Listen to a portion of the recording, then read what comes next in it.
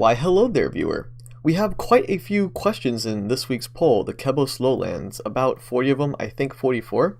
I just read the dev blog and I have a few notes here about which way I'm voting and why, so hopefully this video will be much more brief than anyone anticipating it would expect. So let's just get right into it. Question 1. Should the Compost Lowlands, which would include the farming guild and a new area called Brimstone, be added to the game? Now, if you've seen my other videos, I'm pretty sure I've said that I strongly feel that Jagex should focus on balancing the old content before trying to put new content in the game, or at least improving the new content that they've updated the game for in the past. So the funny thing about this though is that this is an addition to Zaya, and Zaya is one of those problem areas that I'm referring to.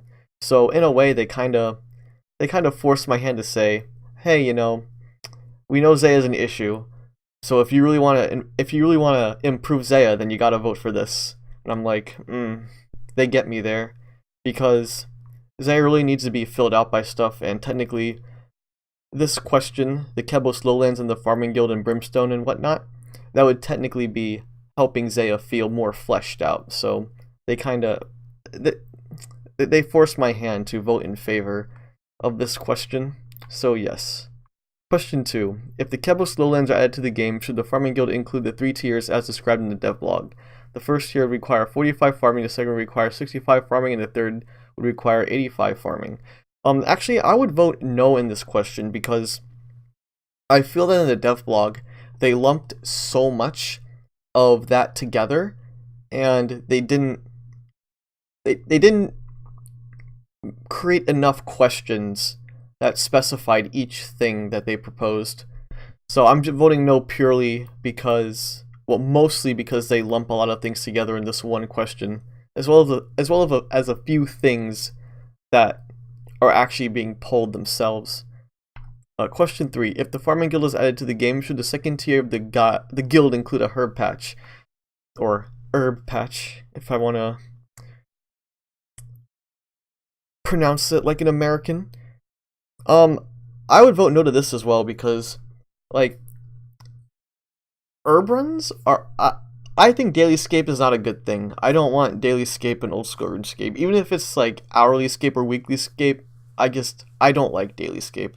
I think it's apparent why that's bad game design, but maybe it's not to the JMods because RS3 has a lot of daily scape, and I guess they want to follow in that, or they just assume that people like herb runs or whatever.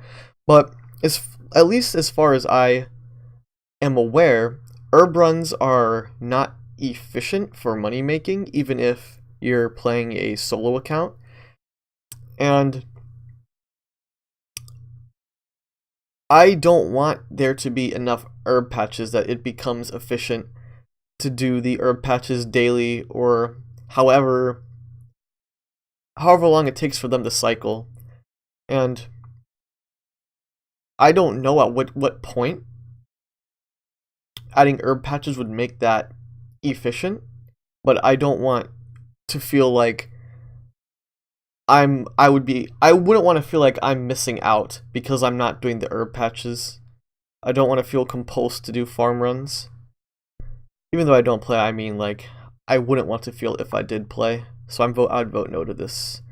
If the Compost Lowlands are added to the game, should farming contracts also be added to the game? Farming contracts require the player to grow certain crops within the farming guild in exchange for seed packs. Yeah, I'd vote for this. I think this is a somewhat creative idea. If the question 5. If the Compost Lowlands are added to the game, should the Hesper also be added to the game? The Hesper is a growable demi-boss that requires 65 farming to grow and has a loot table of various seeds. The seeds for this are untradable and can be randomly found while harvesting other plants or by completing farming contracts.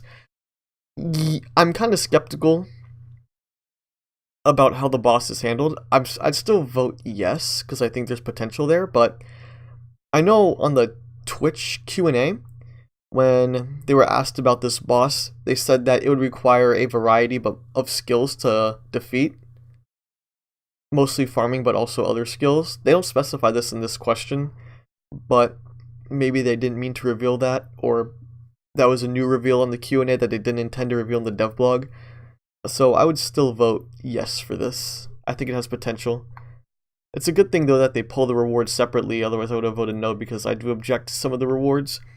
Question 6. If the Hesper is added to the game, should it have a chance to drop the tradable bottomless compost bucket? The bucket can be filled up to 10,000 charges of any single compost type, and each compost used to fill the bucket gives 2 charges of that compost type. Emptying the bucket will cause all compost stored within to be lost. My question here is, it says each compost used to fill the bucket gives 2 charges of that type of or that kind of compost. So does that mean if you have like one super compost and you use it on this bucket that you get 2 super composts to use? I'm not sure, and I forget if that's I'm not sure if that's what this is saying, and I forget if that's how super compost or how compost works. Doesn't one bucket mean one use? And wouldn't this each compost used to fill the bucket give 2 charges? Wouldn't that mean you get 2 uses for the cost of 1 bucket? That's what I think. That's really, if that's the case, then I don't understand why. It does not make any sense to me. But even beyond that, I am not a fan of the infinite or bottomless stuff. Even if it's not technically infinite because it's 10,000 charges, I still don't. I think it's just a lazy buff, or it's a straight buff used as a lazy update to give something some kind of reward. So I would vote no to question 6. Question 7. If the Hesper is added to the game, should it have a chance to drop untradable Hasta seeds? When planted, these seeds grow into the Hasta plant. This plant provides increased yield to all other patches within the game. An in-game message will state when the plant dies. It can also be checked via geomancy. Okay, so this is one of the controversial ones because it's a global buff. I do like, one thing I will say about all these questions, I really like they're going down the route of untradables. I think that's really good. I think there should be like a lot of the good stuff should be untradable, in my opinion. Now with these 3 questions, these are all the Hesper plant questions. One of 2 things are going to happen. It's either going to be dead content except the Iron Man. Actually, I'm not even sure. I don't even know the Iron Man meta. But it's either going to be dead content. I don't care about the Iron Man meta. I'm talking more just in the mainscape. These are either going to be dead content or they're going to be dailyscape because they're going to be so strong of a buff. I don't know which, but either way, I do not, just like in the previous question, number 1, I don't want dailyscape, and number 2, I don't want straight buffs. Admittedly, actually, this isn't really a straight buff because they're trying to be somewhat creative about it because you have to kill the boss to get the untradable seeds. But if it's dead content, then it's like dead content. But if it's the meta, then I don't want to have to feel compelled to fight this boss whenever I need more seeds. Are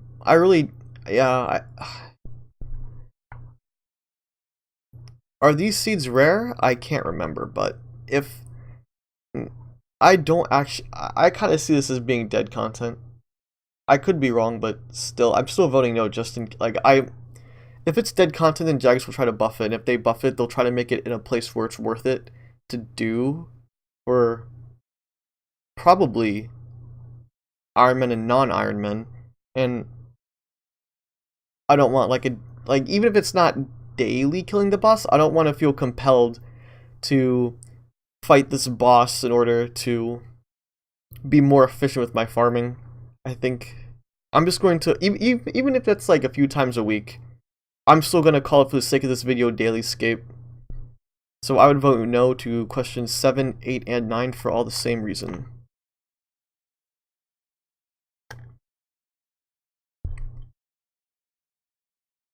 Or same reasons, rather. Question 10. If the 3rd tier of the farming guild is added to the game, should the Celestris patch, which requires 85 farming to plant, also be added? The seeds are tradable and are rarely obtained through nests, monster drops, or by completing farming contracts. Once a Celestrus patch is fully grown. It can be harvested once for a tradable resource, Celestrus wood, which can be turned into ballast as a level 40 fletching. When harvested, the plant is destroyed. I would vote yes for this because, well, number one, the battle staves that you can buy from Zaf's staff shop or whatever from the Varrock Diary, and then sell those and buy a bond almost for free. I think that's kind of dumb. So introducing a way to personally fletch this wood into battle staves, I think would be good to lower the price of those battle staves. And also, I think it's just good in general to have a way to craft battle staves or fletch them. However, would this be? I don't know I don't know how regular staves are made, but I think this is a good update. It's an organic update. It has a purpose. I would vote yes.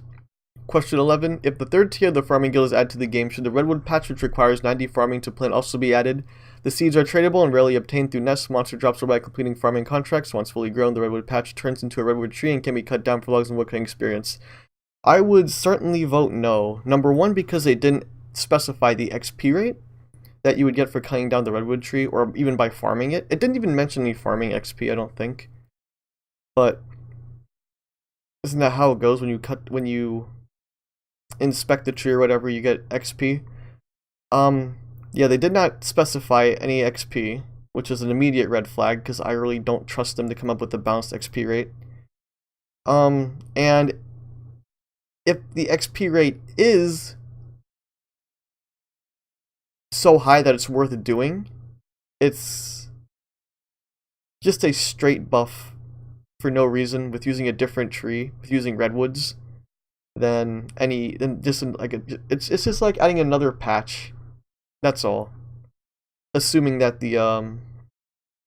assuming it would be worth doing it. So yeah, I'd definitely vote no for this. Question 12. If the first tier of the farming guild is added to the game, should the large compost bin, which requires 45 farming twos, also be added? The large compost bin works the same way as the other compost bin, but it has the added benefit of being able to store double the usual amount of compost. It requires 50 volcanic ash to convert a bin of super compost to ultra compost. I'd also vote no. It seems just like another uncreative straight buff to farming, and I don't like those. It's like an update for the sake of having an update. Question 13. Should dragon fruit tree seeds, which require 81 farming and are grown in fruit tree patches around Galenor, be added to the game? The seeds are tradable and are rarely obtained through nests, monster drops, or by completing farming contracts.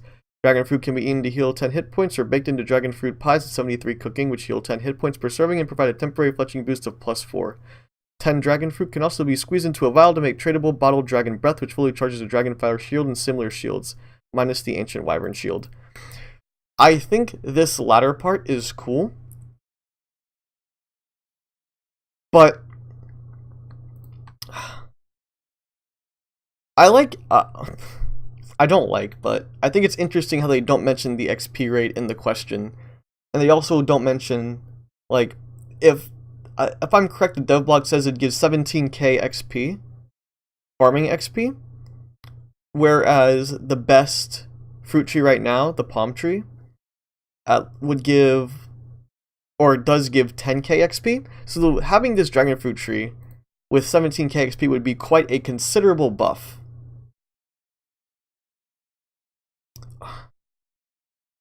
And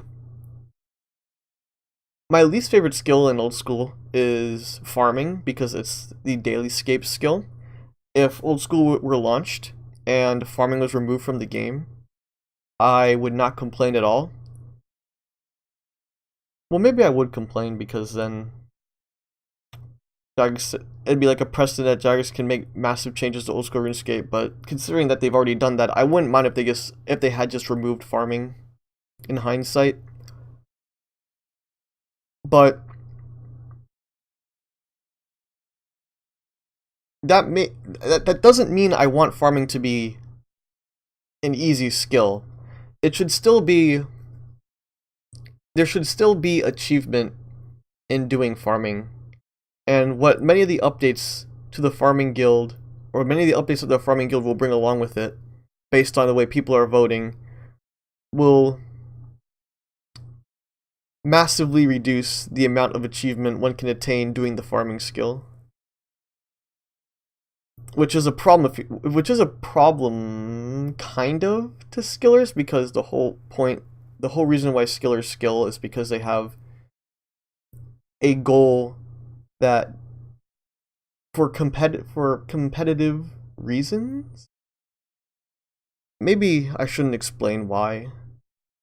Yeah, yeah. It's kind of late right now, so I don't want to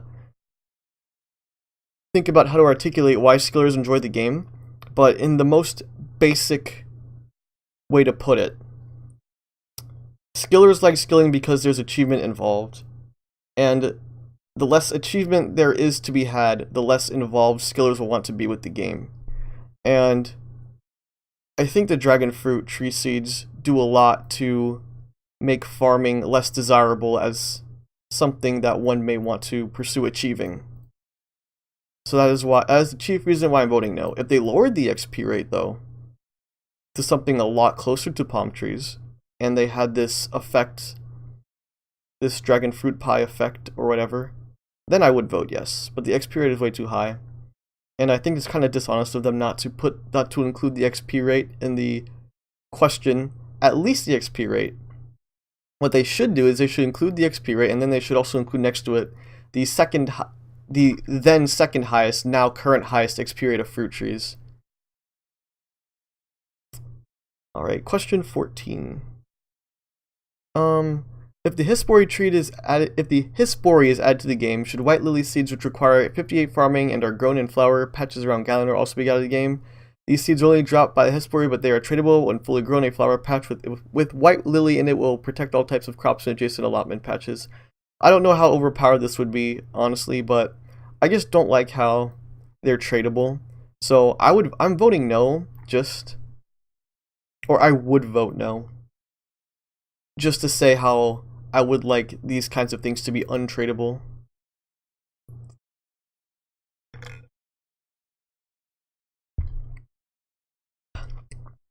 Question 15. Should potato cacti seeds, which require 64 farming and are grown in cactus patches around Galanor, be added to the game? The seeds are tradable and are rarely obtained through pickpocketing master farmers, monster drops, or by completing farming contracts. If the question passes, potato cacti would be removed from Nightmare Zone reward shop. Yes, because Nightmare Zone needs less random rewards. Question 16. Should snape grass? This is the same type of question. Removed from Nightmare Zone gets an almost instant yes from me. Question 17. If the Compost lowlands are added to the game, okay, this is where question 16 is where this poll should have ended. They should have just had this poll 1 through 16, and then the next week or the next 2 weeks or whatever have questions 17 through 44, or however many there are. If the Compost lowlands are added to the game, should Konar, a new Slayer master located in Brimstone who requires you to kill monsters in a specific area for more Slayer points per task, also be added to the game to use Konar 75 combat as required? Yes, I would vote yes. I would vote yes, number 1, because it is adding something to Zaya, which I already discussed in the first question. But also, I do really like how they want to restrict the areas in which you can slay the monster you're assigned. I think that'd be very good if they overhauled regular Slayer to be more like this, because that encourages players to, well, it encourages players to explore more of RuneScape itself, rather than going to the one spot that's always meta. If Konar is added to the game, should killing monsters while on a task from him give you a chance to hit an additional loot table that includes the tradable one-handed dragon husk? I would skip this question because oh, just by the way, in case anyone forgot, there is a skip question button. And I am skipping this question because I am not familiar enough with how a one-handed dragon Hasta would affect the meta. I am not confident at all in my understanding of the meta regarding one-handed weapons and how a dragon Hasta would affect that. So I am thoroughly unqualified to answer this question, so I would skip the question. Question 19. If the dragon Hasta is added to the game, should it have the special attack Unleash? Unleash increases the damage and accuracy of your attack based on the amount of your special attack energy used. Same thing, skip question. Question 20. If the Compost lowlands are added to the game, should Greater Demons, Hellhounds, and Fire Giants be added to the Carolum Slayer dungeon? I would also skip this question because I do not know how this would impact the meta for whatever accounts depend on having Greater Demons, Hellhounds, or Fire Giants. I would be inclined to vote yes, but I'm unqualified to answer this question, I feel, so I would skip the question. Question 21. If the Compost lowlands are added to the game, should Sulfur Lizards, which require 44 Slayer, also be added? They would be assigned by Mazkana, Vanica, and Chaldir. If this question passes, these Slayer Masters would instead assign Lizards, allowing players to kill either Desert or Sulfur Lizards to complete their task. I would vote yes. This wouldn't seem to conflict with any meta, especially since these are low-level Slayer monsters. Question 22. If the Compost lowlands are added to the game, should Wyverns, which require 62 Slayer, also be added? They'd be assigned by Tradable, Neve, Chaldir, and Konar. Yeah, we need monsters to slay. It makes sense. I don't like how... Oh, not Wyverns. Worms. I don't like how they didn't have... Like, the only reason I'd vote no is because I don't recall in the dev blog them mentioning, like, how they would be balanced. But, yeah, there needs to be... Slayer monsters. I guess have to trust that they'll balance it, which is very scary, but whatever. I don't think they it won't be that bad.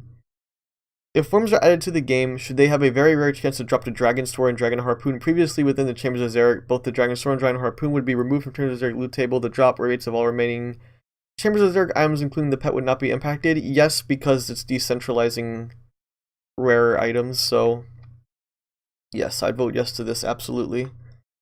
24. If the Compost lowlands are added to the game, should Drakes, which require 84 Slayer, be added? They would be assigned by Duradel, Neve, and Konar. Yeah, we need more monsters. Question 25. If Drakes are added to the game, should they have a chance to drop a Drake Claw, which can be used with Boots of Stone to create the tradable Boots of Brimstone. Boots of Brimstone require 70 defense, 70 magic, 70 range, 44 Slayer to equip. I'll just skip this question also because I am not qualified with my understanding of how boots work in the meta. 26. If Drakes are added to the game, should they have a chance to drop a Drake Tooth, which can be used with the Holy Sandals to create the tradable Devout Boots. Devout Boots require 60 Predator equip and are considered an item of Saradomin inside the God Wars dungeon. I would vote no to this question because it just seems like a straight buff to Holy Sandals. Nothing creative about it.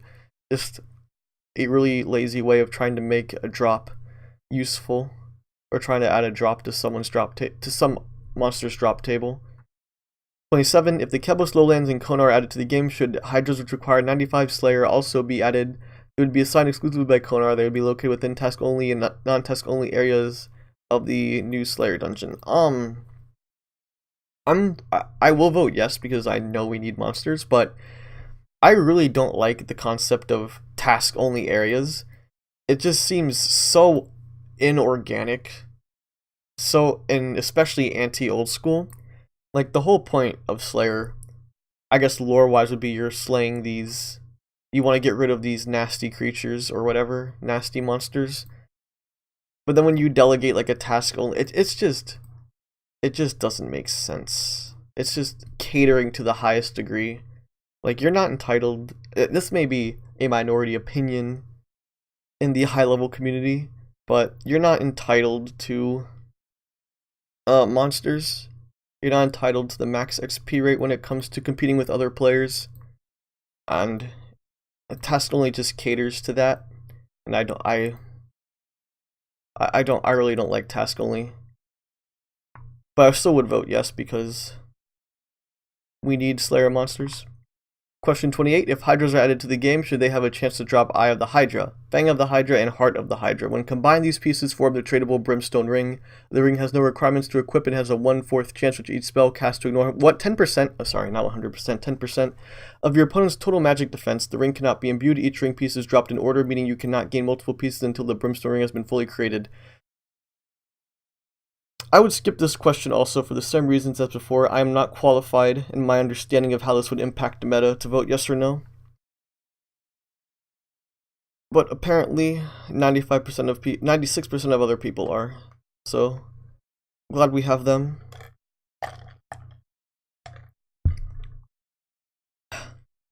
Question 29. If Hydra's added to the game, should they have a chance to drop a Hydra tail? Which can be used with a Dragon Bone necklace and a Bone Crusher to form the Untradable Bone Crusher necklace. The necklace requires 80 prayer to equip and gives the effect of both the Bone Crusher and the Dragon Bone necklace. The necklace is charged with Ecto tokens as per the Bone Crusher and maintains the same prayer restoration rate as the Dragon Bone necklace. I would vote yes to this because it doesn't seem to be that overpowered. I think I am qualified enough to make that judgment, and if I'm wrong, then hopefully they'll nerf it, but I don't see this being overpowered. But I'm primarily voting for this to show my support for the untradable aspect. I am a fan of untradables. Question 30. If Hydra is added to the game, should the Alchemical Hydra also be added? The Alchemical Hydra is a new solo Slayer boss assigned exclusively by Konar. It can only be fought as part of the Hydra Slayer task or a boss task, of which only Konar will be able to assign. Yes, I think that's cool. Question 31. If the Alchemical Hydra is added to the game, should it have a chance to drop Ferocious Gloves? The gloves drop in a tradable but broken form, which can be taken to Erden within the mystical to be repaired so they can be equipped. Once it is done, they become untradable. Erden will complete and revert this process for you free of charge in PvP situations. The gloves revert to their tradables but broken form. Ferocious Gloves require 80 attack and defense to equip. I would vote yes, because, well, actually 2 reasons. Number 1, in the dev blog, I very, very, very much appreciate how they explain that Barrow's Gloves would still be the meta for multiple combat styles. So these gloves wouldn't like outright supplant Barrow's Gloves.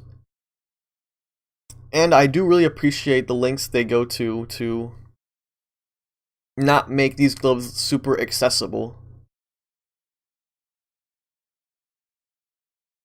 Yeah, I really like that. I like that a lot. So very much yes on this question from me.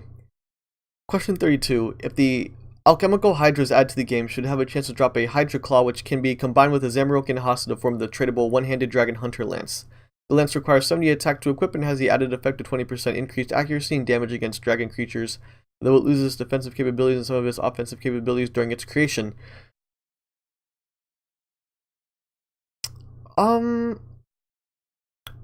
Yeah, I skipped this too. I'm not qualified to answer this question. Question 33. If Wyverns, Drakes, Hydras, and the Alchemical Hydra added to the game, should they have a chance to drop the Dragon Throne Axe previously found within the Chambers of Zarek? Dragon Throne Axes should be removed from the Chambers of Zarek loot table, and so on and so forth. Yes, because same as before, decentralize rare items. Question 34. If the same things are added to the game, should they drop Dragon Knives? They are tradable, require 60 ranged. They have a special attack, duality, which costs 25% special attack energy and causes 2 knives to be thrown at once, each with their own accuracy and damage rolls. The only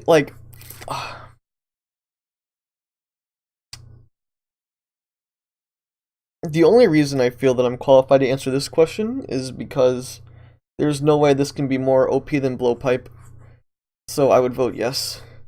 Question 35. If Wyverns are added to the game, should they drop... Oh, not Wyverns, Worms. If Worms are added to the game, should they drop Worm Bones? Worm Bones are tradable and offer 30 prayer XP when buried. These bones will work in the usual way with other features like the Gilded Altar and the Ecto Functus. Same with next questions as Drakes, Hydras. Yeah. Worms, Drakes, and Hydras have all their own bones. Worms, 30 prayer XP, Drakes 60 prayer XP, and Hydras 90 prayer XP. Worms and drakes, yes, I would vote for that. I don't see a reason not to. Hydras, no, because this is Hydra bones are just a straight buff to prayer. I forget how much XP dragon bones give, but I know it is less than the amount Hydras are proposed to give. I think this is an uncreative way to just buff prayer.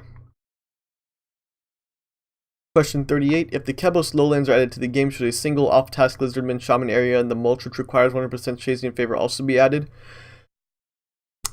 I am voting no on. I would vote no on this solely because in the dev blog, like this whole section here, they're talking about the bones and whatnot for the worms, drakes, and hydras, and then out of nowhere they just tack on at the end of it, this question. And they don't elaborate at all in the dev blog about why they want this. I assume it's because they want less crowded lizard shamans or more areas for lizard shamans. And I'd probably vote yes for this had they not done such a shoehorned job of putting it into the dev blog. So I'm just voting no. I would vote no purely just based on that. Like, there's no excuse for how it was handled in the dev blog. Question... Actually, there might be an excuse, but I have no idea what it is. Question 39. If the Compost lowlands are added to the game, should aerial fishing as described in the devlog also be added to the game? At level 43 fishing and 35 hunter, you should expect to earn approximately 17k fishing, 25k hunter, and 5k cooking experience per hour. At 99 fishing and 99 hunter, you should expect to earn approximately 60k XP per hour, or 60k fishing, 80k hunter, and 15k cooking experience per hour. Cooking experience is only granted if you are cutting the catch. Alright, so I guess on a superficial level, the first part of this is that it doesn't sound that it'd be the meta even. It doesn't sound like it'd be worth it. I could be very wrong. This could be EHP. I don't know. I really don't think so. But my two biggest issues with this question are, number one, Jagex has not been truthful about the XP rates in the past. Or, like, just take Zaya Runecrafting, for example. They said it'd be a relatively high effort activity and only offer like 35 and 45k XP an hour respectively for the two runes.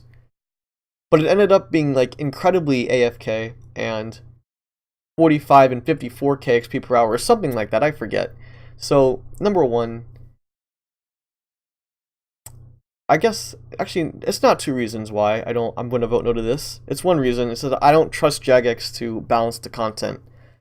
I guess number one, I don't trust their rates to be accurate. And number two, I don't trust them to make their rates accurate after the update goes live because they haven't done that in the past.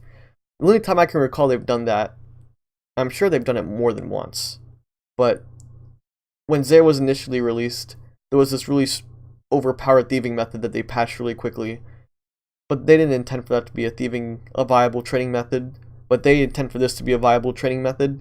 So I have absolutely no confidence in Jagex whatsoever that this will turn out to be, that they will guarantee this to be a balanced thing.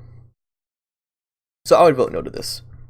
Question 40. If aerial fishing is added to the game, should the pro shop, which allows players to purchase an equipable fishing rod, fly fishing rod, barbarian fishing rod, and a cosmetic fish sack cape also be added? These items are untradable. Yeah, because I am a fan of like the meme items.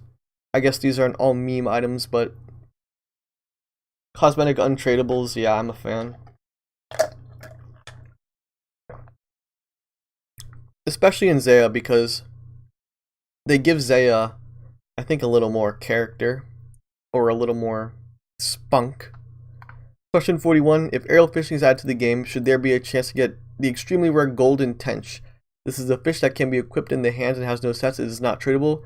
Yeah, for the same reason as the above. It's a meme reward. I think it's cool. Question 42. If the Compost lowlands are added to the game, should the Koran and Compost achievement diary as described in the devlog also be added? Completing the Koran and Compost achievement diary will grant players various rewards, including Radha's blessing, which upgrades with each tier of the diary completed. I think I would vote no to this. Not anything particularly bad about the diary. I looked at it, I didn't see anything too terrible, and I didn't see any reward that was like really dumb or anything. I just vote no because I think the current diary should be overhauled before we add a new diary. I really don't like how diaries are like a meta. Achievement diaries should not be a meta. They should just be like a side thing that you just want to do to show how just show what you're able to do in the game. They should really like how they're doing in the previous questions where they're trying to take stuff away from Nightmare Zone and Chambers of Zarek and relegate those rewards to somewhere else. I think that the same with achievement diary rewards.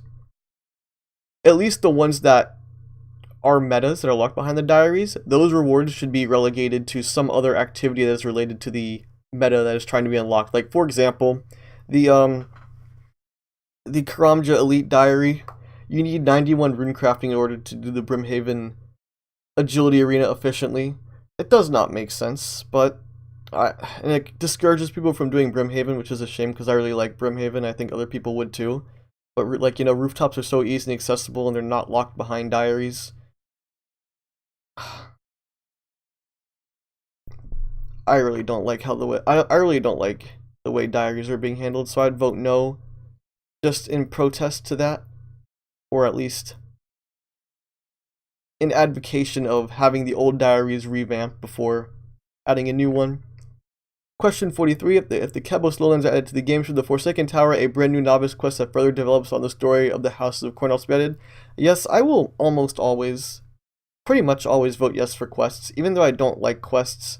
And I do like how I think they're always good for the game, almost always good for the game, because they make the quest cape, well, number one, they make the quest cape more valuable. It's the only quote-unquote skill cape that accrues in value over time, relatively speaking.